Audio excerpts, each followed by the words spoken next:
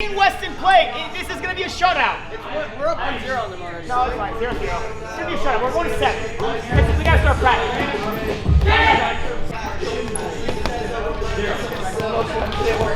Oh! I'm not ready for the short game yet. I'm not ready. In your head.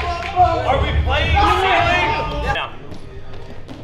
By the way, the objective is to hit the net. Okay. All right. 2-0. See ya. Good night. Get out of my way! Not our problem. Not our problem. 2-1. It's the yellow ball. 3-5. All right, today is the first day of practice without the junior varsity team. We've got a few guys in here that'll be good practice partners for our varsity as we prepare for districts 3 days from now. Started off practice with a little spike ball, kind of a little fun game to just enjoy each other, having fun.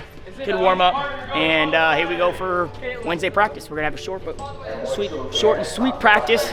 Get out of here fairly quick and just be ready for Saturday. Get the bods ready to rock and roll.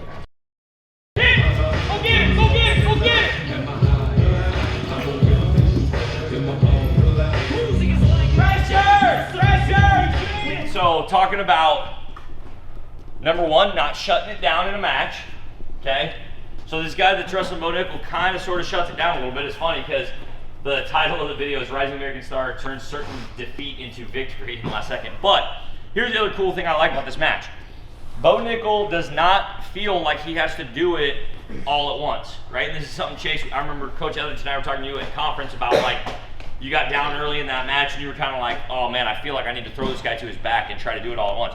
It's focused on, you're just focused on the next 10-second chunk, right? It's like, I'm just gonna focus on the next 10-second chunk and try to take this guy down. And then I'm gonna focus on the next 10-second chunk, and then the next 10-second chunk. And you just do it one takedown at a time.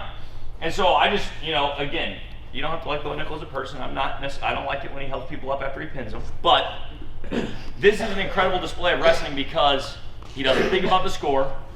He just keeps attacking, he chips away at it, and he goes one takedown at a time.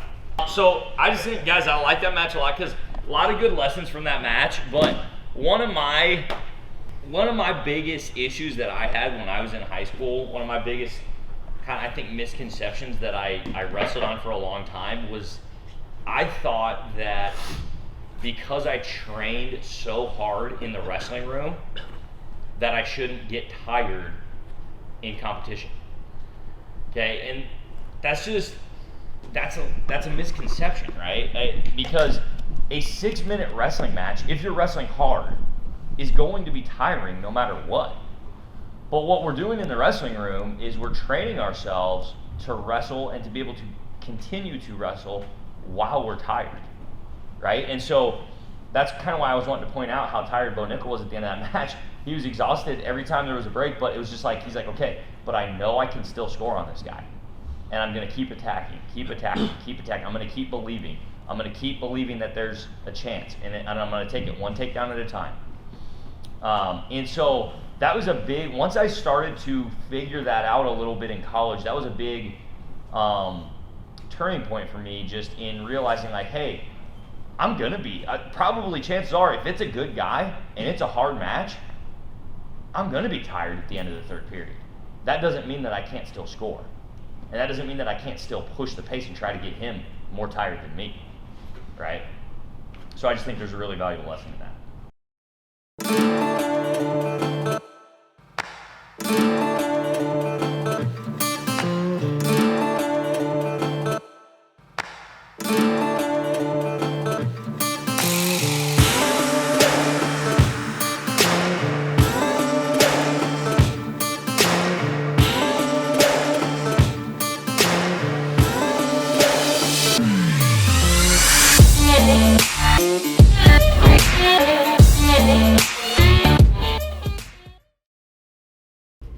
Tomorrow the district tournament is here at East High School, and it's going to be a little sad because it's my last time competing at East, and it's also going to be a little exciting, so I'm pretty excited to see where this group of guys is going to go, and it's going to be exciting to watch all my teammates and myself wrestle and see where we end up at state, so I'm ready to go. Something that's unique about East is how the coaches are pretty much like family. They all know each other from like a long time back. Just the chemistry they have with the coaching and just the message that they bring through. It's really unique. I started off my freshman year. I'm one of the rare few on varsity who hadn't wrestled a day in his life, and I got brought in with open arms. Actually, I was just planning on going lift weights, and Nate Rezek and Max just grabbed me, dragged me in, got wrestling shoes, and just threw them at me, and I had to put them on, and I didn't quit, and here I am now. Yeah, so I'd say everybody fits. There's just everybody has a role, and you're let in with open arms. It's like a big family. I mean, I couldn't imagine wrestling anywhere else. My time at East has been very special to me because I feel like I've had a close bond with the teammates ever since freshman year. We had a good team freshman, sophomore, junior, senior year. Our coaches are great. The young guys very relatable, and I think they do a great job of developing kids that are inexperienced and getting experienced guys in and help them keep leveling up their game. So I think East is just different because it's a family feel, and we grow as people, and I think like nowhere else we grow as better wrestlers. All right, here at the district tournament, A4 district, we were fortunate enough to be able to host this year. So 8 teams, the top 4 qualify for the state tournament. We got some good seeds. I think we've got a good group that are expected to go. Now it's just a matter of going out there and competing hard and allowing the chips to fall where they may.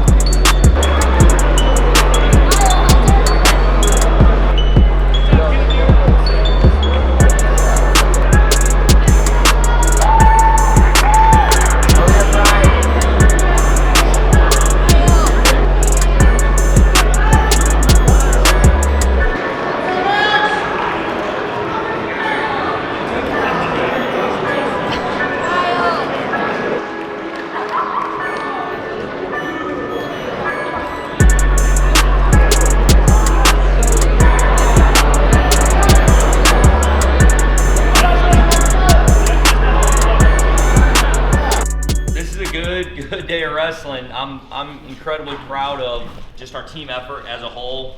I thought that we were coming out today with just an intensity and an excitement to wrestle and to attack districts and just to, you know, to kind of let it all fly and wrestle smart, wrestle hard, all of the above. So, you know, that was a fun tournament when you guys get behind each other and you're in each other's corners and guys start picking up momentum and, you know, picking up close, hard-fought wins. That's just a fun thing to be a part of. And so I think you guys gave us a great kickstart heading into state with just wrestling hard and having fun. You know, I know this is a hard day. You know, we are unbelievably proud of each and every one of you, whether or not you made it to state or not. Every single guy on this team deserves to hold his head high. Because like we've talked all season long, everything we do together, right? And that's what makes wrestling so special, is that you have to fight to make it a team sport, right? There are a lot of schools that kids just kind of do their own thing, and you know, and you might have a superstar on the team, or you might have a kid that, you know, is really good and he's just kind of trudging along doing his own thing and not caring about anybody else on the team, but that's not how we operate. And I think that you guys have fought hard to not let us be that team, to not let us be the team where guys just get tunnel vision and don't think about each other and don't get in each other's corners. And you know, that's by far and away the thing that I'm absolutely the most proud of, rather than any wins or how many state qualifiers we have or how we finish as a team or whether or not we win the district tournament or not.